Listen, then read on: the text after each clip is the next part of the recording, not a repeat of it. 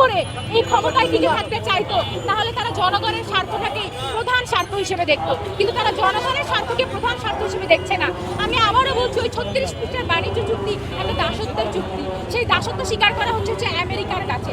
আমেরিকার Donald Trump যদি তার কোনো রাজ্য সরকারকে ওই চুক্তি পাঠায়, তাহলে আমার দৃঢ় বিশ্বাস তাদের রাজ্য সরকার ওই চুক্তিটা মেনে নিত না। এখানে এই পরিমাণেই আসলে ভারসাম্যহীনতা রয়েছে, কিন্তু আমাদের সরকার সেটা মেনে নিয়েছে। পাঞ্জাবের জগতে একটি বিশ্বস্ত নাম শাবাব এথনিক ওয়্যার।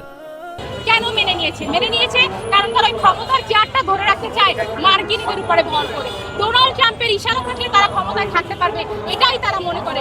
জনগণকে তারা শক্তি মনে করে না, এর জন্য জনগণের স্বার্থ দেখা তাদের জন্য প্রধান কাজ হচ্ছে না।